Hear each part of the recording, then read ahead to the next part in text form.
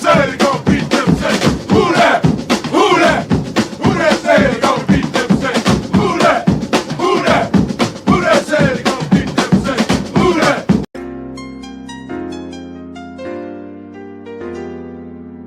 Yeah. Boogie like Benson, I'm a who that. I'm a who that. Long as I'm living, I'm a who that. Lose or winning, I'm a who that. Sports coma, yeah, this is where we do that. Where we do that, where we do that, where we do that, where we do that, where we do that. Boogie like Benson, I'm a who that. I'm a who that. Sports coma, this is where we do that. Where we do that. Welcome, welcome, welcome. Somebody please better help. Running this thing like elf. I thank God every day I'm not a felt. Go to YouTube live with Big Q and the guys. If you ain't ride or die, the bandwagon get flipped. Been marching in, that was way for the ring. I was yelling out your shade for the championship. Fucking on town, duck down. Falcons, pluck, get shut down. Panthers ain't much touchdown. The vision really belong to us now. So much hate on the Saints, you could probably tell. Ever since Bounty Gate hit the NFL, when things seem fishy, then you probably smell the crooked referees or Roger Goodell. Yeah, running like this, and I'm a who that. Every day I'm living, I'm a who that. Lose or winning, I'm a who that. It's the sports coma, this is where we do that. Where we do that, where we do that, where we do that, where we do that, where we do that. Boogie like this, and I'm a who that. It's the sports coma, this is where we do that. You're listening to the Sports Coma with Big Q and the guys on the PRO Media Network.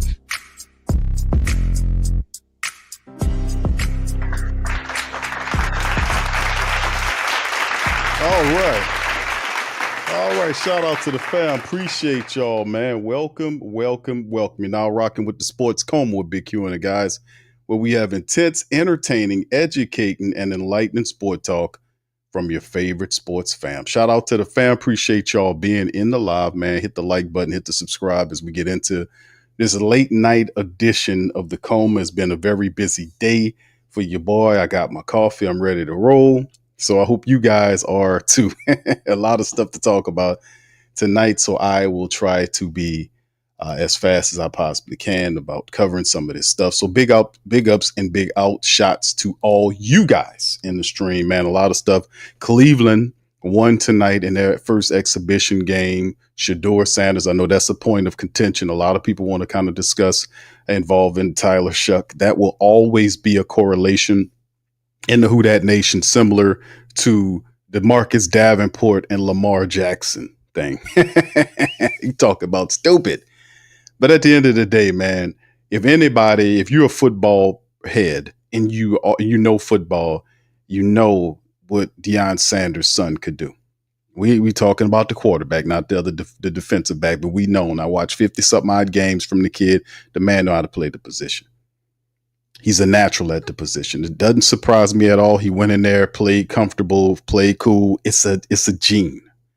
It's something that they have, the composure, the intelligence, not getting frizzled.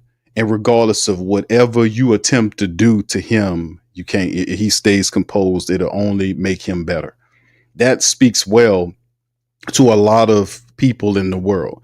Like some of these people that think they're in control, like try to play with people and think that they can try to offset them or delay them in their progress or to get whatever blessings they need to be. All you doing is crystallizing them and making them even better. You know, they're not going to break. You do not have the ability to break someone in that type of mindset. So it's good to see that. And we'll cover an article that makes a correlation between Shedeur and Tyler Shuck. I don't think it's a fair one. The Saints did put some scrutiny because I think that Kellen Moore can coach any quarterback. He really can. He showed it when he went to all the different stops. He had different quarterbacks he was working with, whether it was Dak Prescott, Herbert out with the Chargers, or Jalen with the Eagles. Those are different styles of quarterbacks. And if you're a head coach, your job is to work with different personalities and skill sets and sides to get them to be successful. So I think Kellen's smart enough. He just chose Tyler Shuck, and people just gonna have to live with that. There will be no trading of Shedeur Sanders to the Saints and all this kind of stuff. They're not going to backtrack. They're going to stick to their guns. But it is also awesome to witness that. That's why I don't pay attention to these other people. This was a ritual where they were just basically humbling him or attempting to humiliate him, and it did not work, and it's not going to work. Okay. So it's just, you cannot do that with certain people. You only will make them better. You only make them smarter. You only make them faster. You're only doing the will of the Most High and getting them to become better. Not just Shador, but that's with anybody that has that mindset. But anyway, let's jump right into it, man. Shout out to you guys. Appreciate y'all being in the stream. Much love to everybody in the stream, all the queens and the kings of the coma. Pammy Whammy, Antoinette, shout out to y'all. Good to see y'all in the building. OG Jerry, Trav 504, Muse. What's up, Muse, baby? Good to see you. Brother Byron's in this thing as well.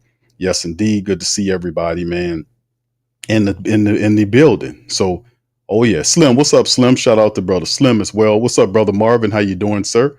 He's ready for the heartbreak Saint. Now, I don't think. What's up, King Chosen One? I don't think the Saints.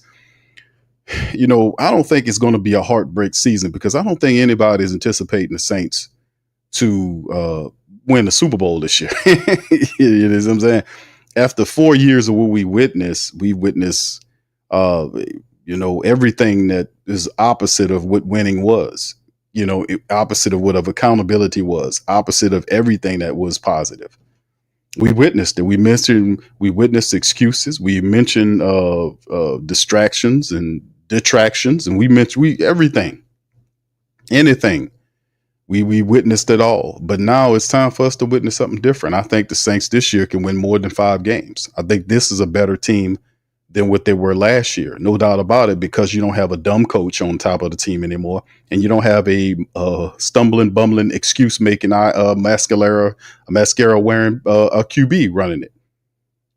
Blaming his players and finger pointing. We don't have these 2 clowns on top of the team no more. We have people here that want to win and is willing to take accountability. So in that, I think we win more than 5 games. The Saints should have won several different games last year. That they should have won the Philly game. They should have won the Washington game. They had many different games where they fumbled, stumbled, and bumbled by their own hand, not so much their opponent. So I think that we'll be better in that aspect, and trust and believe that is that having that in your team is big. Because if you're a team, y'all learning, y'all putting it together, you're being accountable, man, listen, man, that can take you far. We have to have that inside the team for us to sustain success. We have to. If we don't have that, we're just fooling ourselves.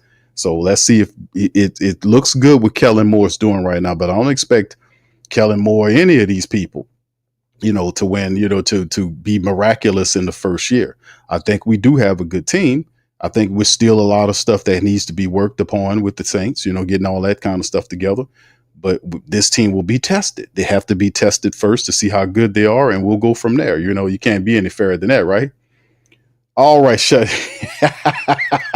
Joe, Jerry. Don't worry, Jerry. We're going to get that together before the first regular season game. Hopefully, I'll have it ready for you by Sunday, brother. So don't worry about it. We're going to be all right. All right. Shout out to you, Marvin. Big ups to you. All right. Big ups to everybody here, man. What's up, Big Velly? Shout out to you, sir. Much love. All right. And I think I got everybody in this thing. What's up, Bronze? Shout out to Bronze, Mall. Much love, fam. Y'all always got to get a shout out to my people. Swag fan. What's happening, Swag fan? Good to see you in the building as well. All right. Much love. All right. Yeah, Mew says shots fired. Now we got to just tell the truth. That's what we do on the coma. We tell the truth. It might not be one of these popular opinions that they go out, but man, I don't have time for all that, man. I don't have time for all that. I just got to lay it on the line and tell the truth. And if that rash their ass, then that's all on them. I don't have no problem with, if it hit them in the chest and they don't like it, that's on your ass. I ain't got time for sensitive and petty feelings. I got to get this truth out. I ain't got time to play no games. All right. So anyway, let's move on, man. Let's hit these camp situations. Then we'll go into some of these other things. Shout out to Young City 9 on IG, man. Much love. Saints QB observations, man. This is what they came up with today from the writer, Seer Matt Paris at the NOLA.com. Talked about some of the things about Tyler Shuck turning the corner. We also realize that we know that Spencer Rattler is going to start against the Chargers. No surprise at that whatsoever. We do realize that Spencer Rattler was taking a lot more reps than Tyler Shuck was. He started with the first team, and shout out to NOLA.com because they documented how many times he lined up with the first unit and how many reps he got, and even how many attempts and completed passes from up to now. So going into it from the OTAs into training camp, if you didn't have the statistics, you had the eye test. Like I was going based on the eye test. I realized realistically that Tyler Shough will have an adjustment period to make before he takes the QB position. You know, if he takes the QB position, because Spencer Rattler, to me, it was a 2-man game. No disrespect to Jake Haener, but to me, it's a 2-man game. Jake Haener's in 2 years with the team last year had an opportunities to show that he learned something, and you have to see. Listen, you don't have forever in the day to pick this stuff up if you're an NFL quarterback. You don't have you have to be ready when the time comes to the best of your ability. You have to be ready. You're in the NFL. It's a super competitive environment. When you get when the window opens for you to jump through the damn thing, you got to mash on. If you blow your opportunity, somebody else is going to take it down the line. That's what happened with Spencer Rattler when he had an opportunity to get in there and play. That's how you ended up having Jake Haener sliding all the way down to number 3. We know he's playing better, but you kind of need to expect that from Jake Haener, being that he's been in the league for 3 years. And even though it's been a change in the offensive room, like 3 years, the man been in the league, 3 different offensive coordinators, that's not consistency. People can't really grow in that environment unless you're very special, right? Super special, meaning that you just have the superhuman ability to adapt instantaneously and you be able to move on the fly wherever the situation is. They do have people like that in the world. But obviously it wasn't Jake Haener. To keep it honest, he's competing and he's doing a good job, but he's the most senior member of the Saints squad. He's had 3 years to be in the NFL, and all you are is a quarterback. You're not going out there and you're not cutting grass and doing anything in any other occupation. Your occupation is an NFL quarterback. That's what your job is to do. But Spencer Rattler's taking advantage of his situation. He played in 7 games last year. He started in 6 games, did not get a win. That's something that'll be big on Spencer. He wants to get a win, right? In the regular season, he wants to be the leader of the team. He's not passing out any negative commentary. He slyly moves away from negative or not negative, but I guess questions that gear him to try to get him to do certain things. The guy is really good at doing that. Very high level in talking to the press. Plays with the chip, is intelligent and taking opportunities now, right, to improve and go, and he's taking advantage of the situation that he's in. That's why he's the quarterback currently going into to the Chargers game. Now, ultimately, they'll move the quarterbacks around and give them an opportunity. You probably expect Tyler Shough to start in game 2 and all this kind of stuff. We'll see how they move the quarterbacks around. But Rattler, that's a big start to get him going in this thing. So that's the first thing. And of course, as we go back to Tyler Shough's commentary, shout out to them for saying that they talk about him in his competition and how he did today in camp, finding the mark and making passes and doing all this kind of stuff. They talk about the 8-on-8 scrimmage that they had going on with him. They talked about his ball placement is getting better. He's starting to find the camaraderie with Bub Means and do some positive stuff. They seen him throwing to Dante Pettis down the field of a 30-yard game with the pressure in his face. But see, that's one of the best things you see with Tyler Shough, big quarterback, 6'5", what is he, 6'5", 6'6", somewhere along in there, big quarterback, stand tall in the pocket and deliver the ball over the line down the field. With customers see smaller quarterbacks, our guys 6'1", 6'2", or lower than that, big quarterback, strong arm, decisive, making the throws. That's positive. That's what your boy see. But like I said, Spencer's the guy. Most impressive throw that he had inside the 10-yard line is when he jumped to lob a pass right to Kevin Austin Jr. for a touchdown on that play. Another third down, Shough leapt. So he leapt up like one of these, a leaping throw that he did to get the ball over Pete Werner, who's crashing down toward him. And he also came up against the first team defense, and he spent his afternoons with the 2. So you see a little shifting of that going on with Tyler Shough, as you can see the picture of him doing a little selfie right there with the youngsters, the future Saints players. So yeah, it's very interesting to see how they're going and how he's doing. He mentions here in the article, apparently Shough's confidence was in New Orleans' 66-play scrimmage. So a 66-play scrimmage, they had 126 plays a couple of days ago. So you can see the Saints and Kellen Moore is attempting to create an environment, trying to build up some fatigue and get the team used to or ready for a rambunctious season. So if you hit them with a lot of stuff and they're used to it, it kind of evens out and makes it a little better when they get into the regular season, when the bullets mean something, right? When stuff starts flying.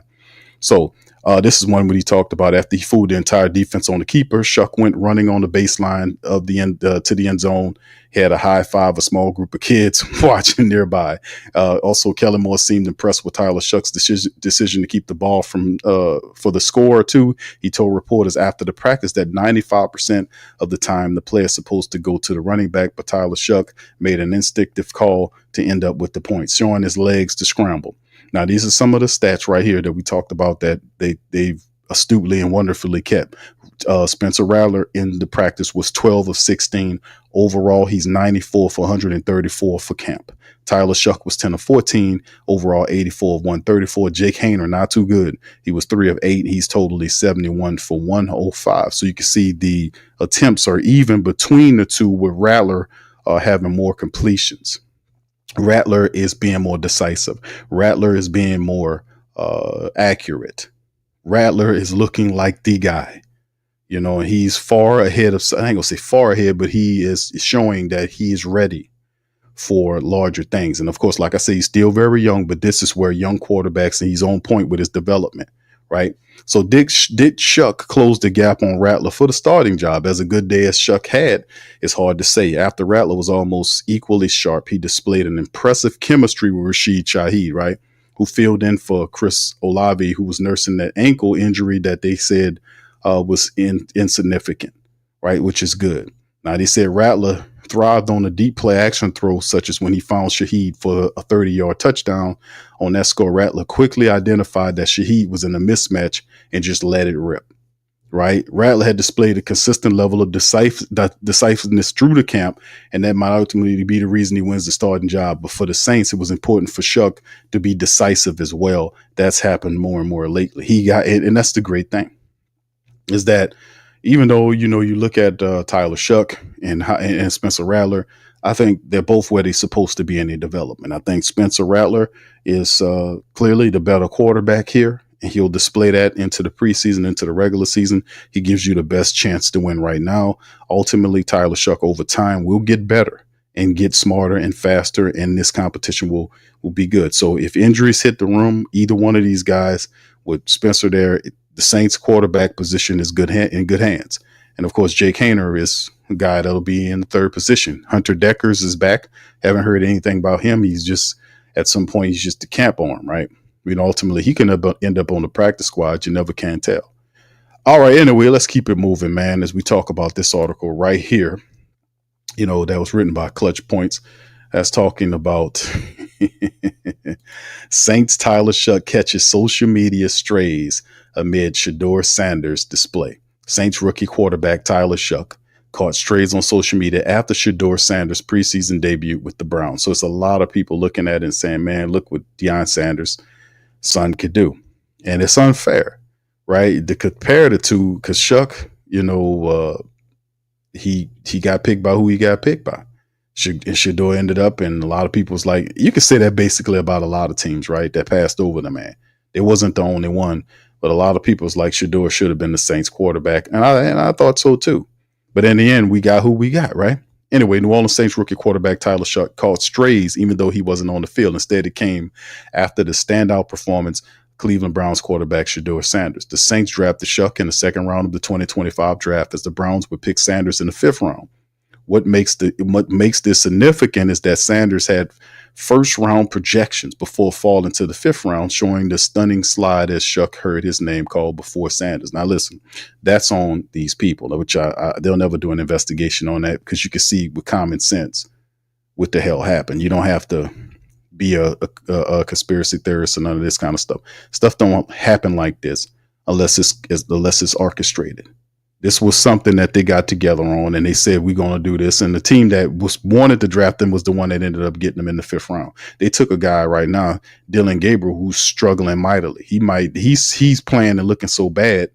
They were saying, and like I said, Dylan Gabriel's a good college quarterback, but, he should have went a lot lower than where he went. There's no way you taking one over the other. That's how you know the ridiculousness of it. You can see what happened. It's stupid. But in the end, They're not going to do nothing about it, but just keep it in your head. It's just an example of how shit works in the world when certain people don't like you. But anyway, like I said before the start of the show, it's only going to make them better. So whatever you try to do, it's not going to hurt them. It's only going to make them better. With many doubters, Sanders set up to prove them wrong. He impressed in his preseason debut in the Browns. It's still a long way to go. He had a good matchup here. Still a long way to go. Matchup against Carolina on Friday night. He completed 14 of 23 for 138 yards and 2 touchdowns. He looked really good out there, by the way, while adding 19 yards on the ground from 4 carries. Didn't take long for the family members to react to the performance as he decided to take shots at Tyler Shuck. The reactions was the Saints really took Tyler Shuck over Shedeur. One fan said with a video of Shuck underthrowing the pass, which was unfair, man. He had a bad throw in the practice. He threw the ball and it slipped out. It came out of his hand wrong and it just went into the ground. It was a bad throw. They all do that. Dylan Gabriel, Tyler Shuck, Jackson Dart, Jalen Muro aren't making those plays. Hate to break it to you. Tyler Shuck looked he said Tyler Shuck better look damn good Sunday or this app is going to implode. It ain't going to implode. It ain't going to implode, man. The man is going to take time. He just don't worry about none of that. What's next for Tyler Shuck? It may not be fair for Tyler Shuck to catch strays. It's not. As many NFL teams passed on Shedeur several times in the NFL draft. However, Shuck must show he can deliver on his potential to the Saints. Shuck had a long collegiate career lasting from 2018 to 2024. His final season with Louisville marked his best when he went 8-4 in 12 starts, completed 244 passes, over 3,100 yards and 23 touchdowns. Despite not playing in the Sun Bowl, Louisville still prevailed 35-34 over Washington State. Or Washington Huskies. As for the Saints, they will hope for their quarterbacks to elevate the offense following Rick Carr's retirement. The team hasn't been in the postseason since 2020, a drought they will look to end this time around. I don't know if the Saints get into the playoffs this year, but the reality is Tyler Shuck's not worrying about no Shedeur Sanders, and he needs not to be. He needs to be concerned about another quarterback named Spencer Rattler. Right now, Spencer Rattler has the job and is ahead of him, and all he has to do is keep doing what he's doing because he is showing improvement every day. He is showing. That's one thing about him. He has a can-do spirit and a will to win. And like I said before about Ty, one of the things that he wasn't the guy I would have picked. If I was running the team, I would have took Sanders. But being that Tyler Shuck is here, the one thing I like a lot of things about him, but the biggest thing I like about Tyler Shuck is the fact that despite the injuries that he had, he didn't give up. He didn't give up on his dream or his vision to be an NFL quarterback. He did not give up. He was hurt 3 times. That ended his season with a broken collarbone, a broken leg, some kind of stuff, all kind of stuff, shoulder issue, all this kind of stuff. Grounded him. He stayed in school 7 years, would not give up on his vision, worked hard, got back, got rehabbed, had a good season last year, had some good workouts where he impressed some teams with his size and speed ability. And he impressed. All he had to do was impress one team, and he did that with Kellen Moore. And Kellen Moore said, "This guy could be something else, man. With his mindset, his maturity level, he could be big. You can't take this away from him that he has a big heart, and just a mind to not quit. You need that for a quarterback. Spencer Rattler has a can-do spirit, and these guys, he plays with a chip on his shoulder. They're respectable. They are leaders. You can see that. But with Tyler Shuck, like I said, the biggest thing I like about him is the fact that the man did not give up. He did not quit, despite all of that. And that is what the old folks call it gumption. They call it gumption. They don't even use them words no more. But yes, that's what I do like about Tyler Shuck. And he has that. So regardless or not, man, and watching Shedeur playing how he played, he looked good, man, in that. But then again, I knew Shedeur can play the game. When you watch him at Jackson State, he lit it up. When he went to Colorado, he lit it up too. He wasn't as crisp and cool against that competition, elevated competition. He still played well. He didn't have much of an offensive line, but he still went out there and put up statistics and stats. So he was a guy that showed that he had the it factor, that he just wasn't living off the Sanders name, that he was a guy that was ready to make a name for himself. But also remember, these are rich kids. They have, Bentleys and Beamers and diamond watches and necklaces, and all this kind of stuff. They got all this. These are rich kids. Deion Sanders he's a rich man. He's been a rich man for a very long time. When he had these boys, he was already rich, and they were rich. So do not. So the mentality of growing up like you in the hood, all this kind of stuff, people lived in mansions, man.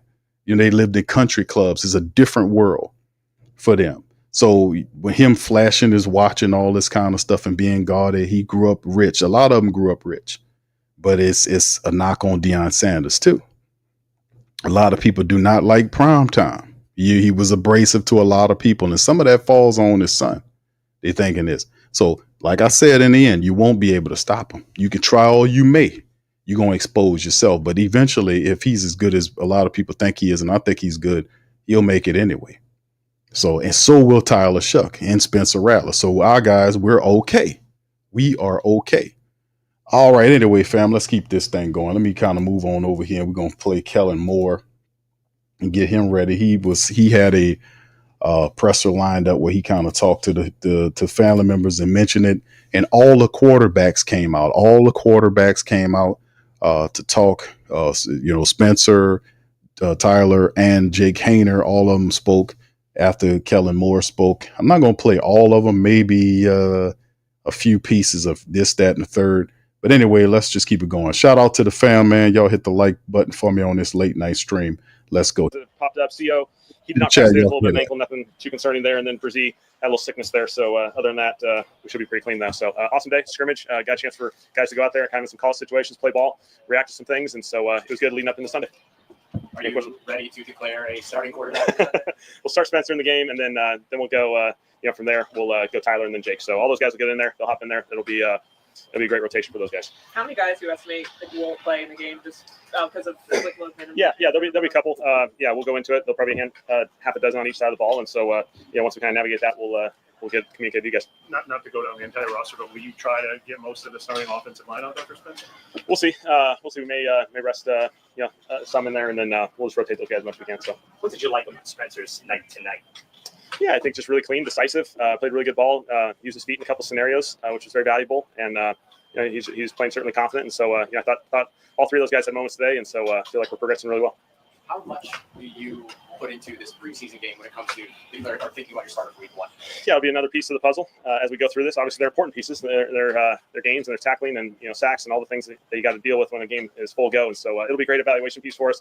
By no means is it any bigger than the collection of all these practices that have occurred. But just for clarification, this doesn't mean Spencer is starting week one, right? No. Did he earn the chance to start this game, or was that a preconceived rotation you were always? Yeah, certainly we had a couple different options as we went through this. I think certainly he's earned his way as we've gone through this. That's just a starting point. We'll start here and then continue to keep evaluating this thing as we go. With Tyler comes to the game, will you play your starters at that point, or is it kind of? We'll see based off their volume and rotation there. Yeah. How would you just make of Tyler's day today? Did some really good things. Again, I thought his feet, just like Spencer, showed up in the game out here, which was awesome. Had a really good couple drives in there. I thought he did some really good things. On his touchdown run, was that a called keeper, or did he have the option to hand it off? It was a high probability of run. There's a low probability of QB running, but he saw it. He reacted to it. I think that's one really smart decision-making thing. He has a great feel for the game, and so he saw green grass and he took it. What do you look forward to just first game of the preseason as head coach? It'll be really good for our entire football team just to go through the process. By no means it's going to be perfect. That's the beauty of preseason football. I think for our players, it'll be awesome to get out there and kind of play someone else and play each other for a number of weeks, but also for the coaches to go through this process and get back into the real thing. Your ability to create off schedule, it's tough to gauge sometimes when you're installing the offense, but you're trying to have to do specific things versus when you kind of get in a college situation that shines a little bit. Yeah, the improv and the off schedule stuff, which is real in this game. There's a number of plays, and the statistics will back it up, that a lot of plays end up in that scramble phase. And so our guys, certainly talked about a lot of it. It shows up more and more in these scrimmages, and certainly these games it'll show up as well. And so Tyler made some great plays. He had a good little off-schedule throw, finding the running back. Spencer had a couple, so it was good. You're planning on calling the plays on Sunday? Yes. And for your run game is kind of operating the way you want it to. Are you kind of seeking out explosives with this run game to kind of what some of the design is for? Certainly, I think all of us are trying to get explosive plays, but there's situations within the drives. They're always different. You may be looking for a clean, positive run to get yourself back on track, maybe chasing explosives, whatever it may be. But certainly we want to avoid all negative plays as much as we can. I think that's one of the big things with the run game is you chase explosives. You can't be reckless. Put yourself in second and longs and be chasing things. Did Coach Staley call the defensive plays? What's that? Will Coach Staley call Yes. the defensive plays? Yes. Is Landon Young doing something? Yeah, he's just dealing with something. Yeah, he was out as well today. So sorry I missed that one. So we'll evaluate that one as we go and see his availability on Sunday. Can you explain the decision Tyler made on the run? You're saying it was an option call, but yeah, it's a run play that's going to the running back 95% of the time, and there's a small little percentage that if everyone overreacts, you do have the ability to pull it. He's actually done it twice in training camp, and so I think it's just a high football IQ play, common sense type play. Did Fadil Biggs stand out to you a little bit tonight? Yeah, I thought some of those younger edge rushers, some of the D-line, I thought they did a really good job. Our third group, I thought our D-line and the third group really put in some pressure there. Made it challenging for Jake in some circumstances there. So you got to know the context of what Jake was, kind of navigating there in those 2-minute situations. But, I thought that group did a really good job. Do you know the number of plays you called? I think we're at 66, so I think that was about half. So, yeah. There you go.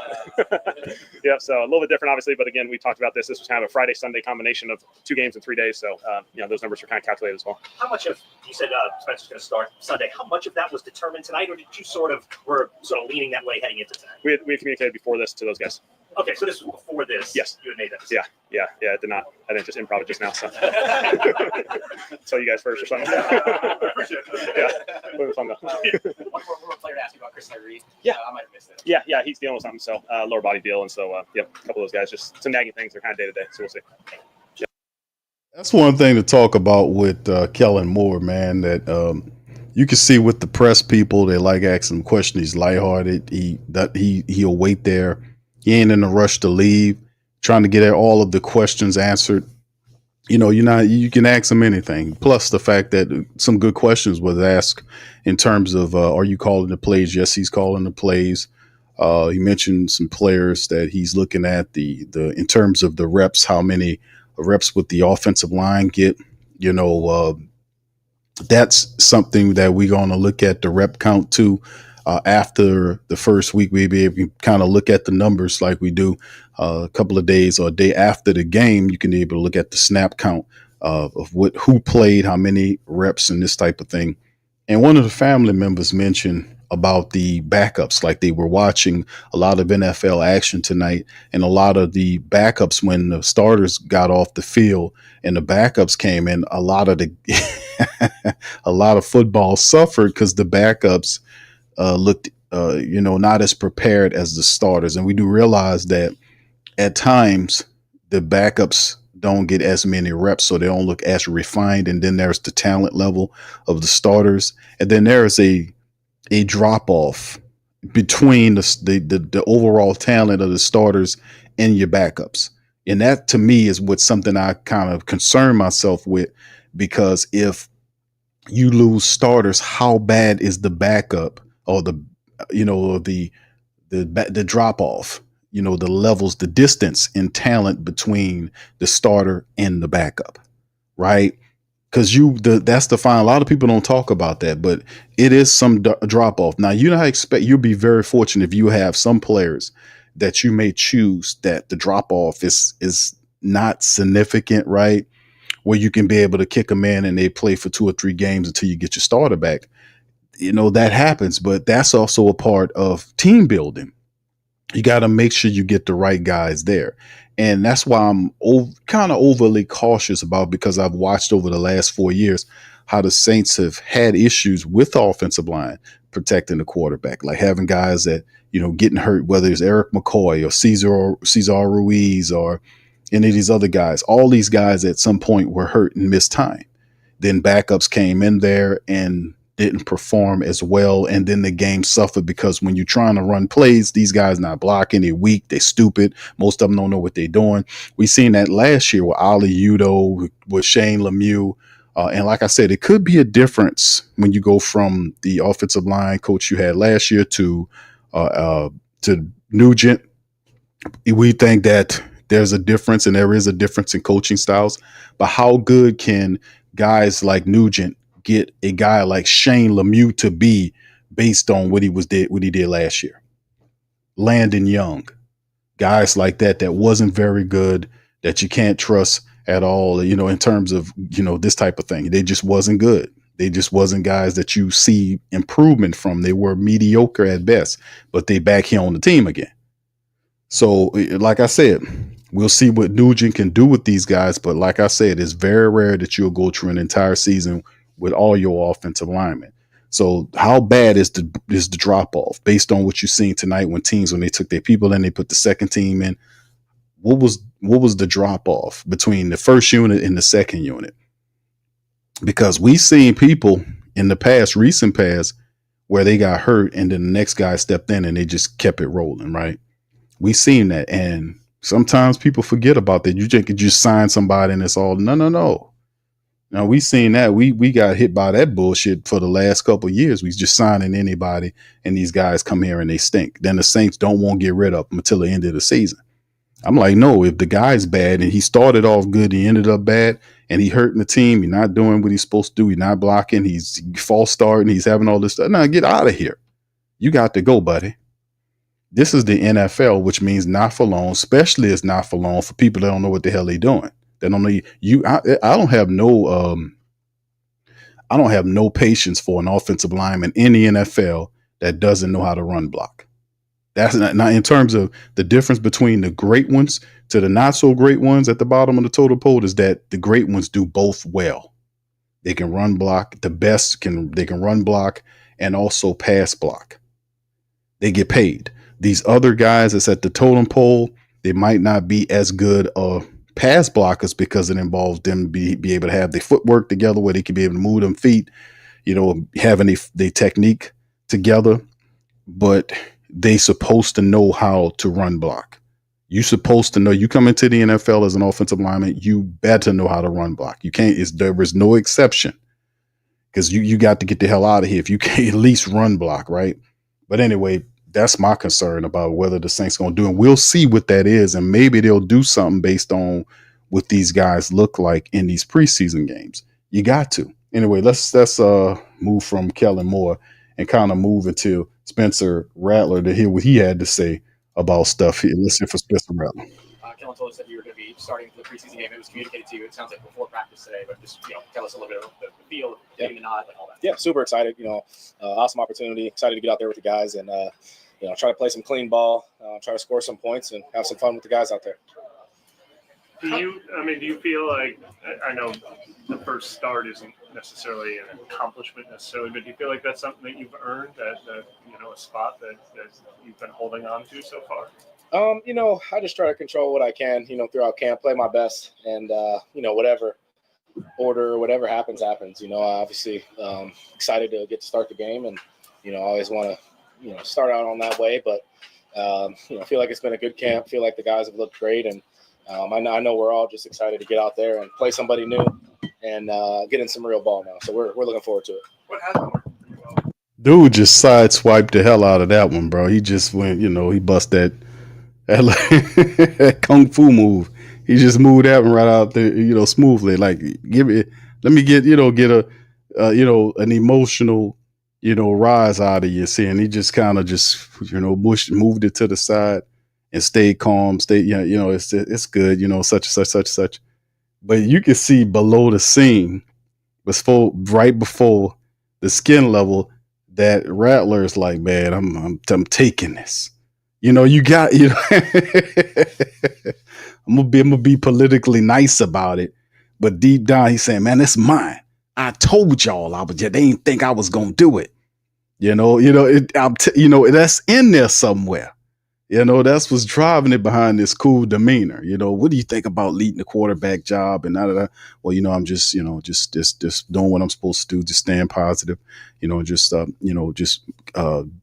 working hard and all this kind of stuff, right? Giving them nothing to write about. Just Rattler, just being Rattler, right? It just guy, just super smooth, man. Super smooth. What's been working well? I feel like just our group, we've been decisive, been playing fast. We're all kind of playing well within the playbook, and we all understand it pretty well. And yeah, I just say, we've been playing really decisive. Obviously, a lot of playmakers, so distributing the ball has felt good. Everybody's healthy, and the guys look good. O-line's been great up front. So yeah, the operation has been good. Obviously, everybody good. A lot to work on, but feel overall, this camp's there's been a lot of growth. Was the decisive? Kellen has said that about you a few times in this camp. shit. Sorry. We're good. Was playing decisive something that you like made up your mind before the summer even started that this is something that I need to do? Because it seems like that's sort of your mission, right? Yeah, I think within this system, you can, it kind of urges the quarterback to play decisive. Get the ball out on time, play fast, get through your progressions, know where you're going with the ball, and like I said, we got so many playmakers that could separate and get open within our system. I think, I think it's been not easy, but it's been a smooth growth throughout camp, just playing fast, playing decisive, and that's just not me. That's everybody doing their part to make the operation look smooth. Could you expand on that? Is it the plays themselves? Is it the way? Hey man, everybody doing their part to play. It ain't just me playing smooth and decisive. Everybody's doing their part. Well, he just doing it better. But this is your quarterback, right? This is the quarterback. I'm gonna give it to the team. I'm just going to let my play speak for myself. That's why I'm leading this QB battle. And when week 1 comes along, that's what I'm going to be doing. I'm going to be running this damn team. You won't hear him say that, but that's what, you ever had them comedy skits where you had the angry translator, like what happened with the Saints? You had that comedian that was translating in a comical form, and he called Ross Baldy. Yeah, let's get Spencer Rattler one of those guys. Can we do that? Can we get Spencer Rattler an angry therapist, translator person?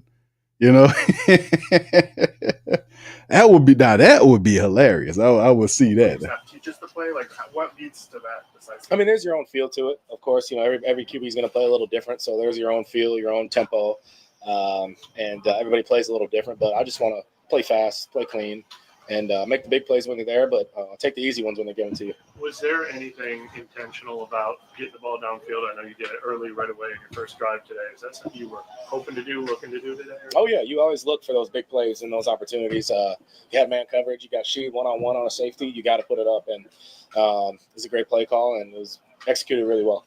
What was it that you saw on that play, especially with the corner? Like, what walk us through it? Yeah, we used a little cadence, got on the uncover a little bit, and safety came down. It was straight man across the board, and I knew I had a favorable matchup with Sheed and put it up on time. He ran a great route, O-line blocked, and those ones feel good when they hit like that. It feels good, especially the first drive to get the day going.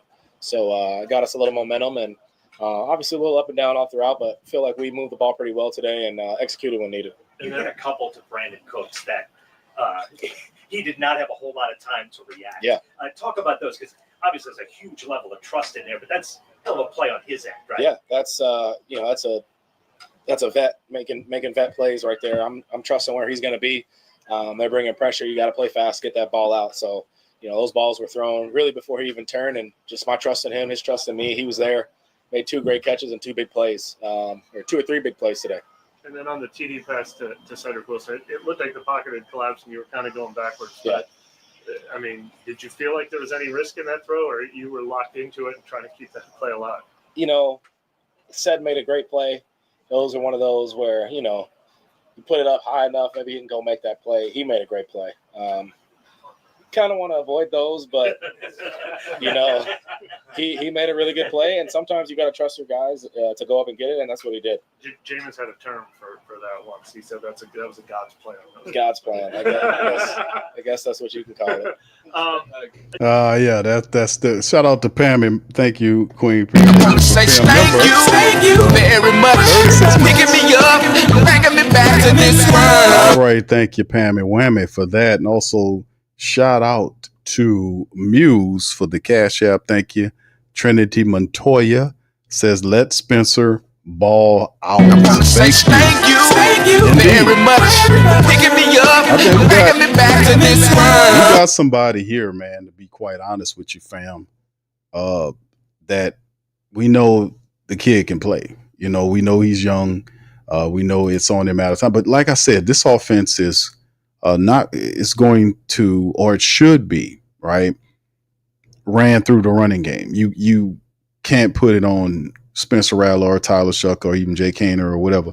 It has to be situated through the running attack, and then the quarterback stays composed, stays timed, because that's also the thing about the timing. They keep talking about timing and rhythm, and being decisive, finding a place to go and get rid of the ball. Also, when the rush is coming in, you be able to recognize everything, being able to not only, uh, make the correct completion, but also if you see pressure, getting rid of the ball, like throwing the ball away to avoid loss of yardage, to avoid taking a hit that can hurt you. Get rid of the ball and save yourself, right? Once you deliver the ball, get rid of the ball, just get rid of it.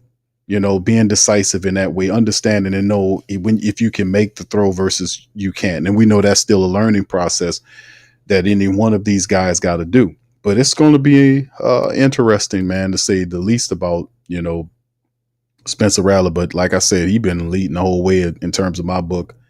And Tyler Shuck has made improvements. He's just behind. He's running behind just like a rookie would. Anyway, let's hear from him. This a little bit from Mr. Tyler Shuck on today. I feel like I'm the best in my own game. I feel like I can continue to get better, but I think I'm going to try and get better each day, and I think I've done that. This is a super rudimentary question, but is there something beneficial to Kellen Moore just letting football players play football to an extent? Yeah. No, I mean, I think that's just he understands from a quarterback perspective that a lot of the scripted periods, a lot of certain practice stuff isn't necessarily real football where, a lot of times in, today's scrimmage, you're going to have defenders coming free or you're going to have to navigate a throw and you're going to have to operate, stuff like that, to where that's kind of more of realistic football that you got to go out there and make sure we're moving the sticks. And that's the fun part about it. So I think he does a really good job of when we're out here, we're going to utilize those reps. And then a lot of the times those scripted periods, we got to get plays installed and we're getting better. But when it comes down to football, you got to take advantage of it. Shout out to Kevin. Can you kind of just talk about what you saw in that play? Yeah, we were kind of going like a, fake switch rub play we've been running for a while now. Just kind of one off of it, stepped up, and then made the adjustment from one of my takes earlier, throwing it too low and gave it a top shelf throw and in the back of the end zone. He made a really good catch off of it. But yeah, it was good. I mean, it was probably a bang bang play. I might have been getting sacked or smoked or something like that, but it was. But it was good though. The 65-yard drive that you had before that, where you hit Pettis on the one down the side. That whole drive, was that as good as you have felt this training camp so far? It seemed like you were certainly on point on that. Yeah, I think so. For me, like I said before, is just whenever we're going in actual football call it scenarios, I think that's when I perform the best. And we're out there and I'm just operating and feeling it and getting out there on the move and all those things. I think that's where I feel most comfortable. And I think, getting in a new environment, coming out here, getting a lot of excitement with the guys, it's been a lot of fun. So, like footballs, you got up and down. We started off a little slow. We came back and we finished really well. So, I was really proud of him making that catch and the whole group kind of finishing it there against the guys. So on to Pettis, were you sure that he was going to stop and turn around when you let go of it? Like how was that communication? Yeah, I just trusted his body language. I think we had that double move off of it, and we had immediate kind of leakage right away, and got out of there. And I knew it was going to be his ball or nobody. It was on the run, so we were kind of on the same page there. He made a really good adjustment stopping. One of the areas where we've kind of put you under the microscope, where we're trying to evaluate how you're doing, there's like time to throw, holding onto the ball. Is that something you think you've improved on, or do you think live situations help speed up that clock in your head? I think a little bit of both.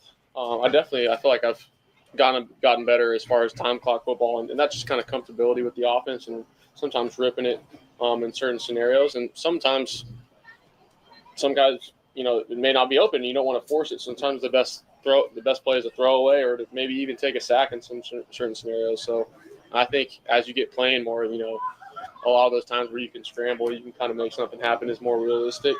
But by no means was I perfect the first couple of weeks as far as with that, for sure. And I don't expect myself to be because I just got here, So I think the biggest thing that we've talked about is just continually getting better, getting the guys closer together as a team, and now we kind of hit the ground running. How about we Yeah, that's Tyler Shuck, man. Let me tell you, man. Tyler Shuck making some plays, but listen, and you got to know, like, when stuff breaks down, like he's going to be 26 coming up soon. And I think it's September he turns 26. Was in college for 7 years. Didn't play a lot of football, but was around a lot of a football. You see all these injuries happen. When stuff like that happens, he even talked about it on a talk show. I think it was with Kay. that, or Mila, I think it was. When he was able to, when stuff started happening, him getting out of the pocket, trying to, forget about the injuries that occurred, because it's a little fear there when guys are around there, moving around, trying to grab at your legs, all this kind of stuff, and knowing how to be aware, situational awareness, being able to get out of it, seeing things happen and paying attention as much as you possibly can, getting rid of the ball, or if you can't get rid of the ball, kind of hold it down and protect it, and not allow a turnover to go. So yeah, that'll be a big part of his game to understand and learn. But I don't see this as something that would be like, I don't see this as something in terms of Tyler Shuck that I would see and be like, okay, Tyler Shuck, to me, he'll pick up this stuff like super fast. I mean, the guy's it's going to take some time with Tyler. Obviously right now Spencer has it, and he more than likely on this trajectory will head into the season. But God damn it, he's saying the right stuff. You see him in practice, jumping up, making throws, using his legs to run around and make plays, being decisive. He has a lot of positive attributes and mindset. It's just a matter of time, right? With many of them, it's just a matter of time. They're still two young quarterbacks, though, right? What was your review of that day? Because obviously the first drive was one of the highlights of your camp, and then there were some throws you probably wanted to have back later. Yeah, I thought it was, just kind of like today. It was a lot of great efficiency when we were getting down there, and then a couple of times in the red zone we didn't really finish how we wanted to. So I think it was a lot of fun for me. Just kind of, I think that kind of triggered for me mentally, just kind of going out there and playing and not trying to be too perfect, having fun. So I think it's been a really good progression for me, and excited to kind of get out there on the game. Kellen was saying that like 95% of the time the running back gets the ball, the ones that you pulled, and you'd also did that before. Like, what are you seeing on those plays that just gives you the confidence to go out and take it, and that ends in a good result? Are you on the touchdown run? Yeah. Oh, I got you. Yeah, I mean, I think for me it's just playing football. I think you got a lot of the times when you're running those tempo run plays, they're expecting that to get it, and then you just kind of feel that soft edge, and you can go out there and get it. So it wasn't necessarily, he crashed down. We could give in there and be a bang bang play, but just felt it. And you like when down up the fans after here, like, is that just kind of a sign that you're getting more comfortable here a little bit? Like, yeah, your confidence. 100%. I think that's part of it. Like I said before, I'm gonna try and be perfect. I'm gonna do everything I can, but I'm not going to be. And I think I had to get to the point where you just go out there and you're gonna make mistakes. But for me, it's just day by day, like I said before to Ross, it's just getting more comfortable, getting better. I've been here for 3 or 4 months now, and I feel, in the past couple of weeks, so much better than I did year. And tomorrow, I'm gonna try and get better. And then who knows where we'll be at the end of the season. Kellen said he told you guys that it's going to be Spencer starting and you coming in second. That's how they did both of the scrimmages too. I mean, what's your mindset of being the guy that's trying to start in second and come out ahead, I guess? Yeah, I mean, I think I'm excited for the opportunity to go out there and play.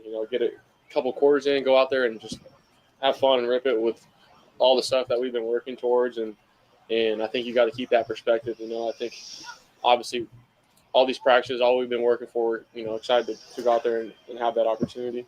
Yeah, you mentioned like learning from I assume you meant the knee fire interception in the first scrimmage. Mm-hmm. You get the prop jump ball. How much of the first couple weeks for you has been, you kind of have to accept, you're going to have to take your lumps in some instances so that you can go back and fix them. And then today you make a higher throw. Like, is that something that you came in just ready to deal with? Is that No, I think you you come in, I'm going to complete every pass, but obviously your guys' job is to evaluate that. But you also, there's stuff that happens behind the scenes where I'm going to be the hardest on myself, first of all.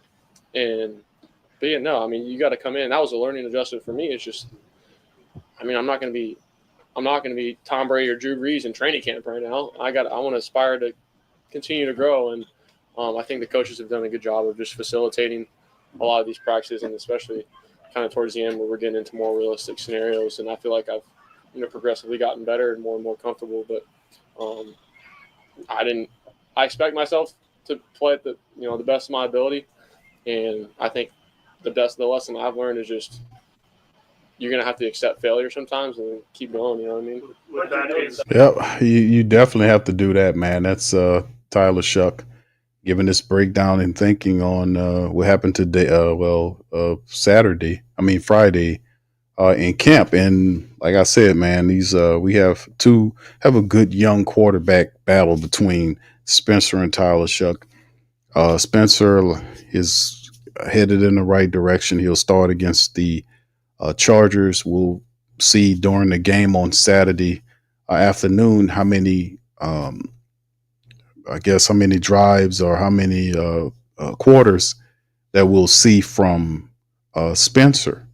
You know, when we see a quarter of football, maybe 2 quarters, how much we'll see from Shuck, maybe a quarter from Hayner. Because as you can see, it's really, as we get into right before the game start, we had Jake Hayner was in the competition, but now it gave the impression that it was 3 nights back to 2 based on the reps that you see Hayner getting versus these 2 guys. And we said that the whole time, that it's really just between 2nd round pick Tyler Shuck and 5th round pick 2nd yearman Spencer Rattler.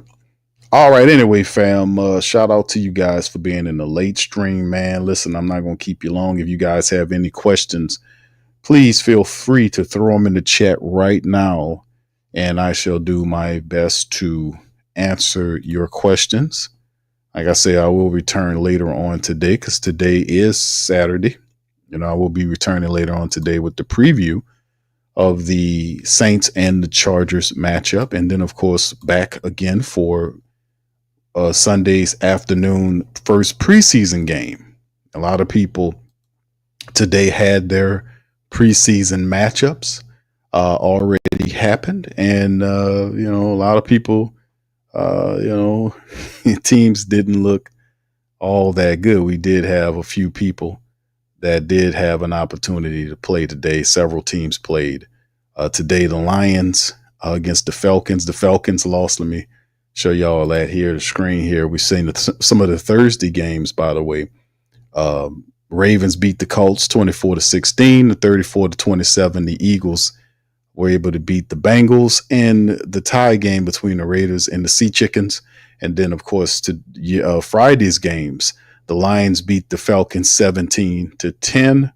As you can see right there, the Browns bashed the Panthers 30-10. We talked about Shador's 14-23 for $138 and 2 scores. And the Commanders got thoroughly thrashed by the Patriots 48-18. So there you go right there. So very positive numbers right there. Of course, we know if a lot of the starters are playing, this definitely look a little different. And of course, the matchup that they have on Sunday is the 12 o'clock game, which will be Dolphins Bears. And of course, our black and gold play later on in the afternoon. We are the 3 o'clock game. So the Saints will face off against them dad Chargers.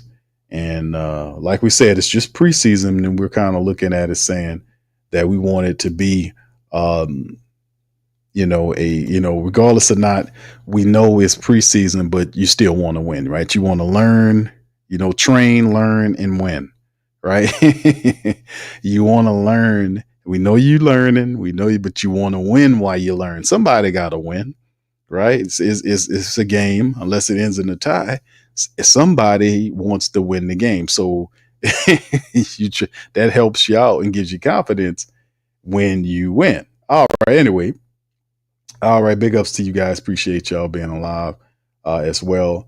And what's up? Randy says Shador did his thing. Not gonna lie. He did look really good out there. Of course, we've got a couple of more preseason games.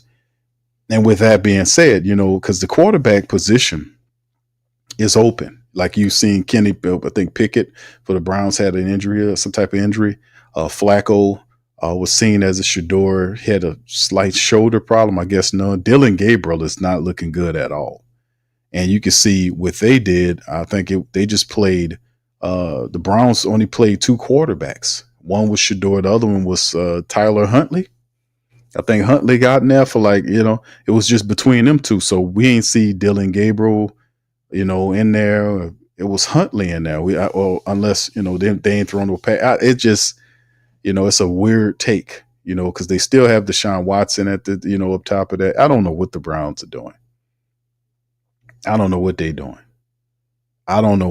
They did, and I don't know, for the people of Cleveland. I just feel bad for them with that organization, because they, in many regards, are a lot worse than what we deal with.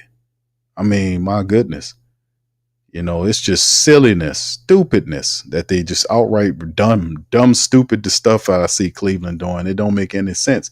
They just are they're dysfunctional back ass program. I don't know what to say about them, man. They just do the dumbest stuff. I don't get it, man. I really don't. All right, Robert says, I'm telling y'all, he said, I'm telling you now, Caesar Salad Ruiz got somebody hurt every year, starting with Drew Brees against San Fran. I just hope that he can protect this guy. All right, Caesar Salad Ruiz. All right. Yeah. I remember how he got Drew Brees hurt in the game. All right, anyway, big ups to you guys. Appreciate y'all. All right, Marley Mall says, Q, you said you were doing 8 hours. No, I didn't.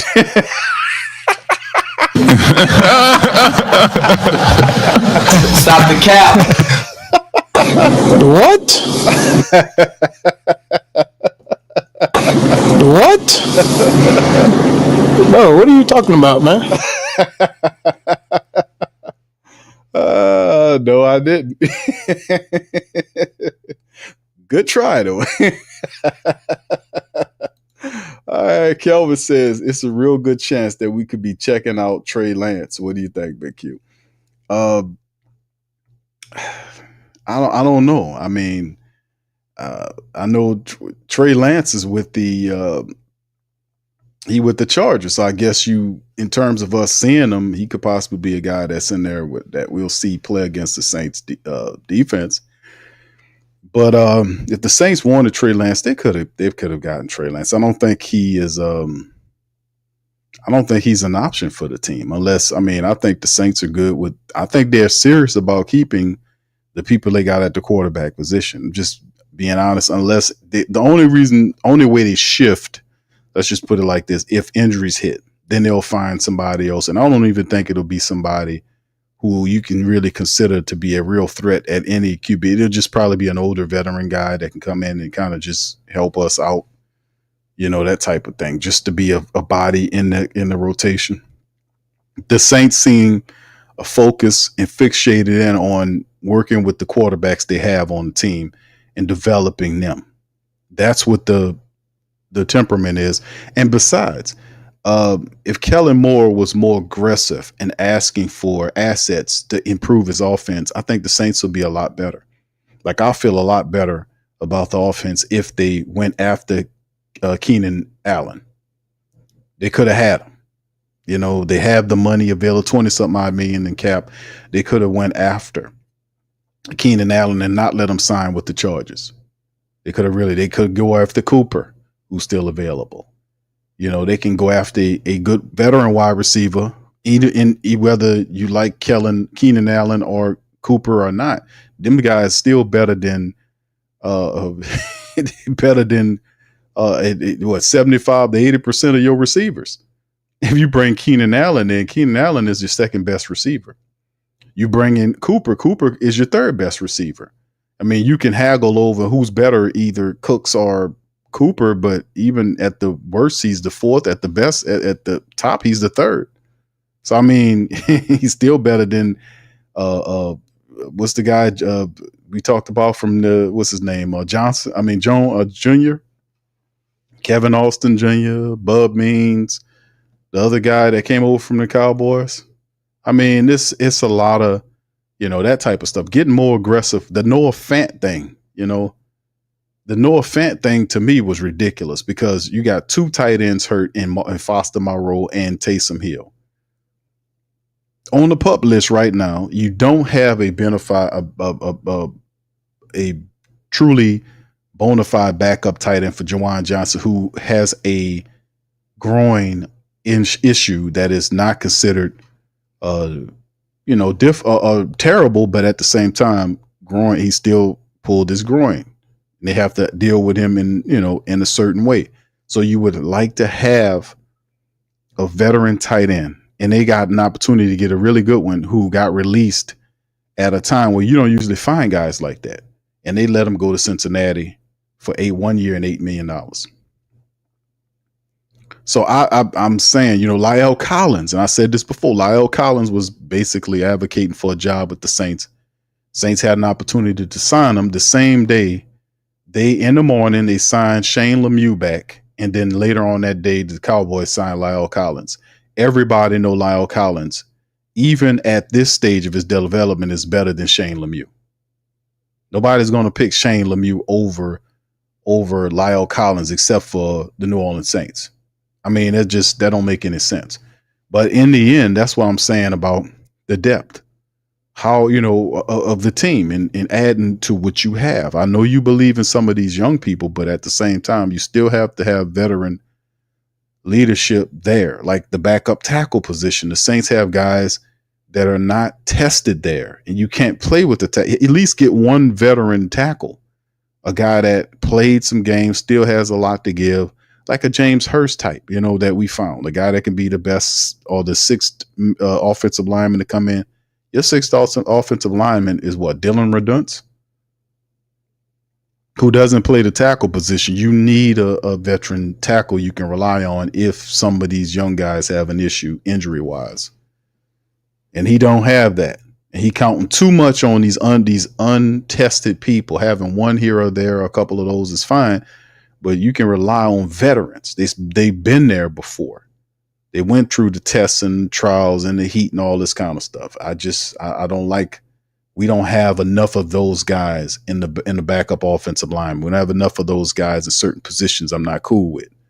So I mean, and the only way the Saints shift that philosophy is if injuries start tearing them up, then they'll go looking, which is reactive. I was kind of looking at it as proactive. We done been through this stuff before.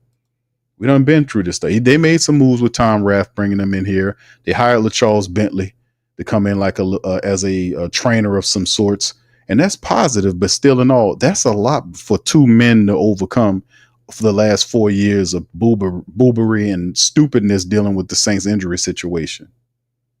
That's a lot. So we have to slow walk this thing. And the best insurance you can get from that is getting better players and better backups. I've been saying shit. Better backups. What's up, Jaden? All right. So we're going to see how it all go. Let's see. Willie says a Pickett for 4 to 6 weeks. He most likely getting traded. Yeah, it's interesting, man. They have a crazy situation with the Cleveland Browns. Like I said, man, I've been watching them for a while, and I'm just like, man, what's wrong with you? What's wrong with these people? Why are they so bad with the decision makings? Why are they so stupid on these football stuff? This stuff is not quantum physics. Why are they so bad? Why are they so stupid with the decisions? Especially at what they got all these quarterbacks here. Like the Dylan Gabriel was a bad decision. Dylan Gabriel should have went later on in the draft. They picked that man before Shedeur Sanders. That let everybody know it was some bullshit going on. Ain't nobody would pick Dylan Gabriel over no Shedeur Sanders. Not even Dylan Gabriel picking himself over Shedeur Sanders. It's just not going to happen. This is not going to happen. It's just stupid. But in the end, man, let's see how they handle it, man. I'm so sorry for them Cleveland Browns people, man. They done suffered more than any Saint person, man. The Browns just say, okay, we doing too good. It's time to F it up. Let's screw it up some kind of way. I don't know, man. I don't know. All right, anyway, maybe we can trade Mickey Loomis up there. I don't know. What you think, Mickey, like Cleveland weather up there? Well, maybe they could send him up. We could ship and pack Mickey and see if he can change the Cleveland Brown people. Let's see if they can do it. Send his ass up there. All right. Anyway, man, let me get ready to get on out of here, man. Listen, fam. Tonight, Saints had some good business. 60-something odd snaps in practice for the Saints gearing up. Today will be more of a softer approach.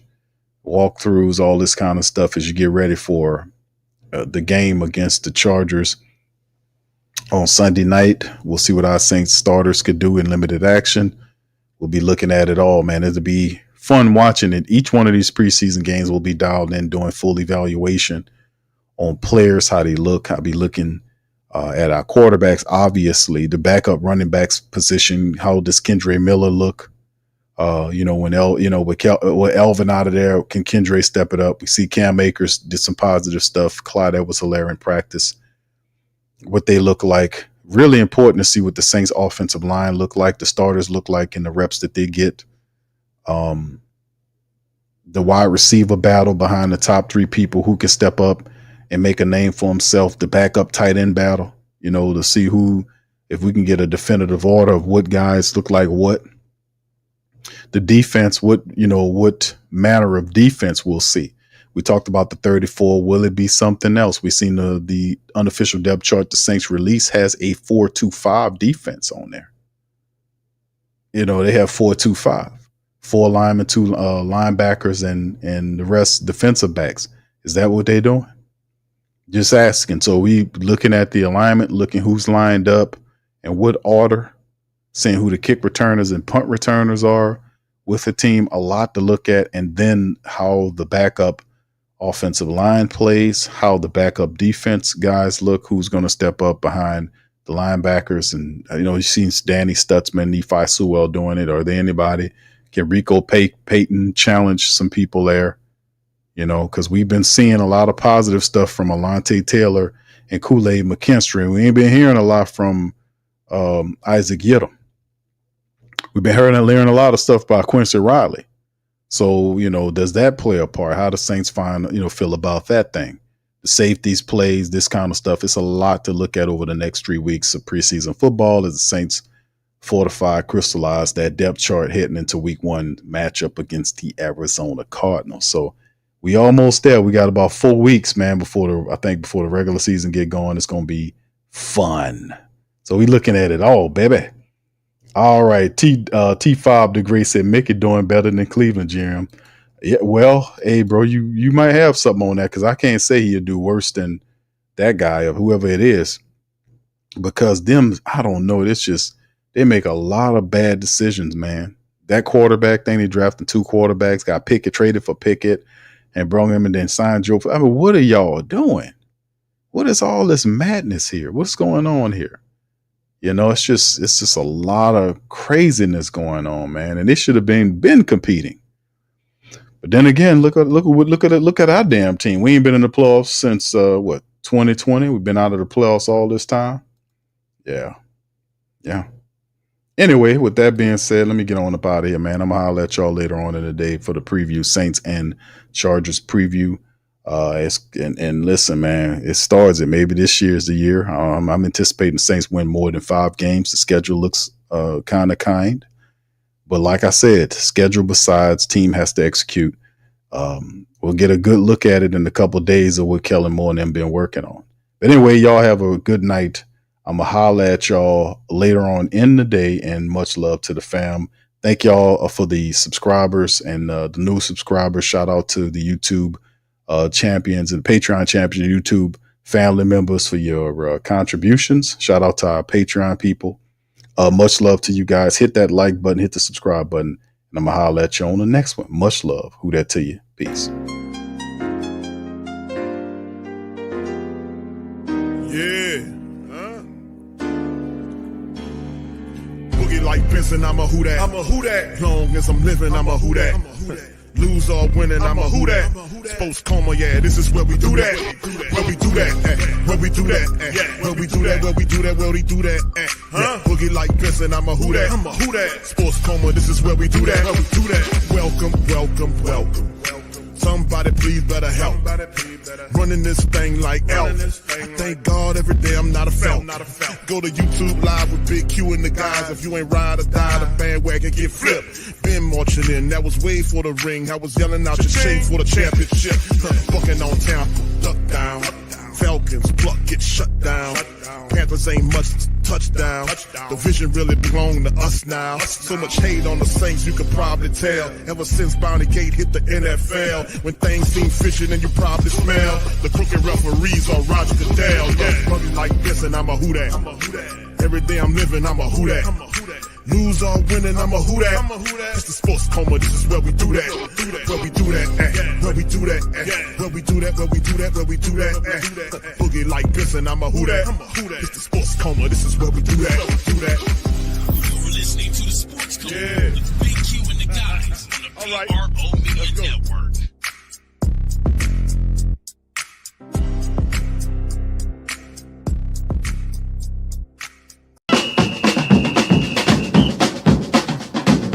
Who that say they gon' beat them Saints? Who that? Who that? Who that say they gon' beat them Saints? Who that? Who that? Who that say they gon' beat them Saints? Who that?